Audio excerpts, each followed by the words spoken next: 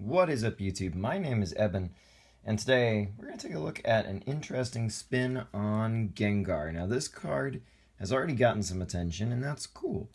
His Sinister Fog attack is interesting and could set you up for his Creep Show attack, but obviously his Creep Show attack is kind of the star attraction. Where for a Psychic and a Colorless, or with, say, Dimension Valley, like we're going to use for just a single Psychic Energy, he can knock out any opponent's active Pokemon who just has 3 or more damage counters on it. And it's that easy. So basically we're looking to get 30 damage on something. Bring Gengar in and just take it right out. Just blow it away. This guy also comes with free retreat cost as well. So our whole deck is basically going to be trying to play off of getting Gengar in and capitalizing on his Creep Show to, say, snipe easy 2 prize knockouts on EXs, for example. Alright, now obviously we're going to be running 3 Haunters to go along with that. And I've opted, because of the way this deck kind of works out, I've opted for 4 Ghastlies.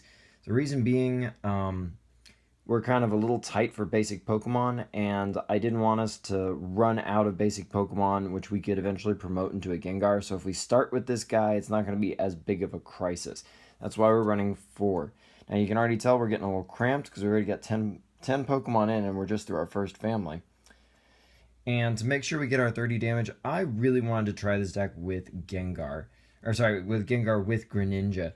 And so this just seems natural to me because you can discard a single water energy to this guy and just put 3 damage counters on one of your opponent's Pokemon, straight up.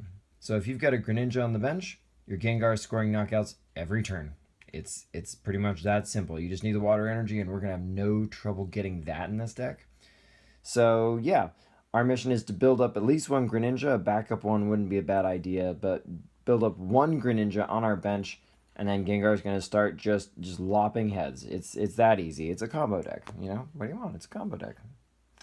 Alright, and as far as Frogadiers go, the Frogadier I've opted for is this one because he can paralyze people with his Lick attack, so if we're that desperate, if we're in a really bad situation, bad draw or whatever, that's probably the way to go. And his Froakie, similar reasoning. If he gets left up as our active Pokemon, bounce, potentially getting this guy back to our bench is probably a little bit better than the other one, just dealing 10, and that's all she wrote. We've also gone for 2 Dedennes just to kind of give us another basic Pokemon, a nice early game poke.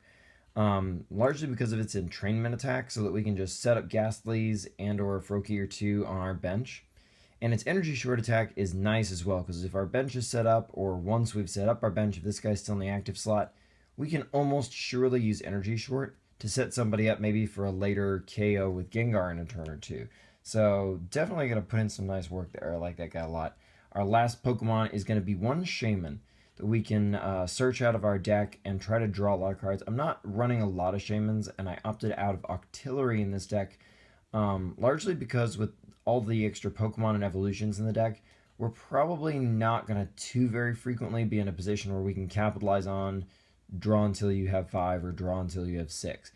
But given the choice between Artillery and Shaman, for that very reason, we're opting for Shaman because he says draw until you have 6 instead of 5. So that's the reason for that.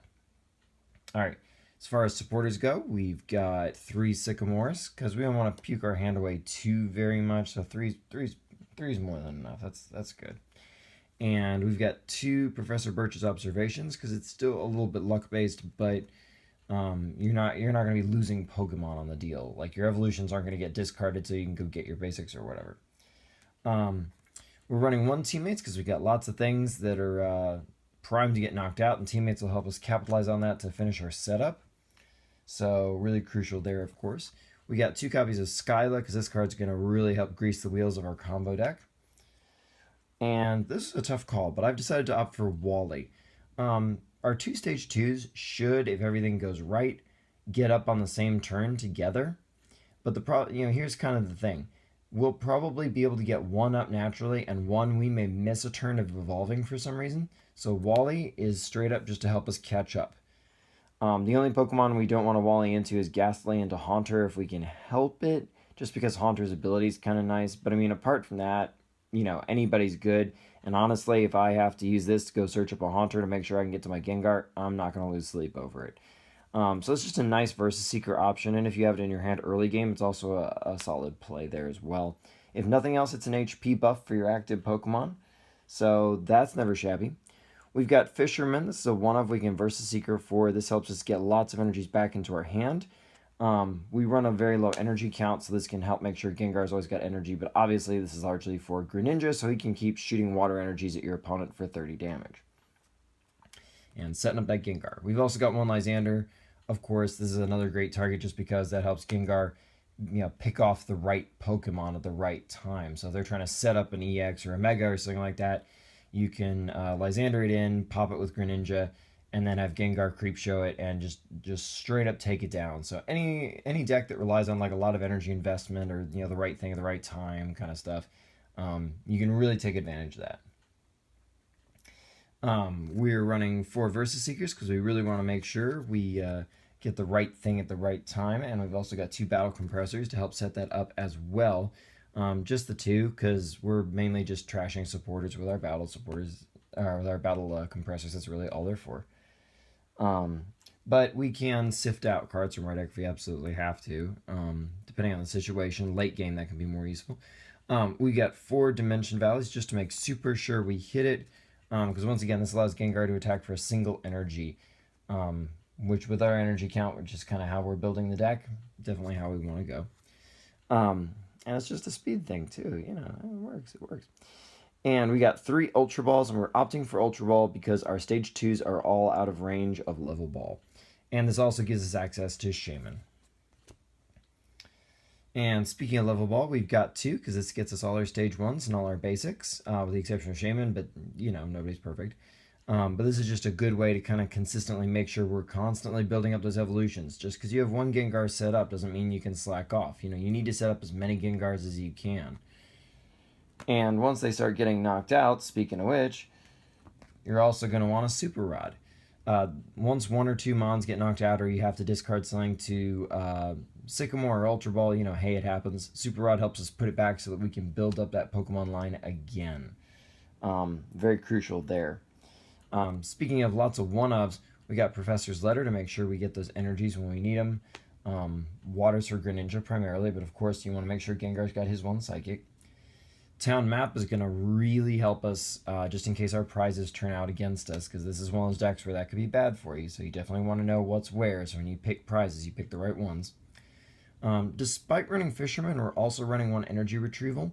Main reason for that is so that if we have the Skyla or the Versus Seeker for the Skyla kind of thing, like let's say Fisherman's not in your discard pile at the time, you've got another out that is also an item, so you can basically Skyla for this one way or another, because if you Skyla for the Fisherman, you're going to have to wait a turn, and you know what, you may not really want to wait a turn, and it could be very damaging to wait a turn, so this Retrieval gives us a way to go ahead and basically make Skyla into a pseudo Fisherman right there that turn, and that's pretty important, so it's worth running it in addition to the Fisherman.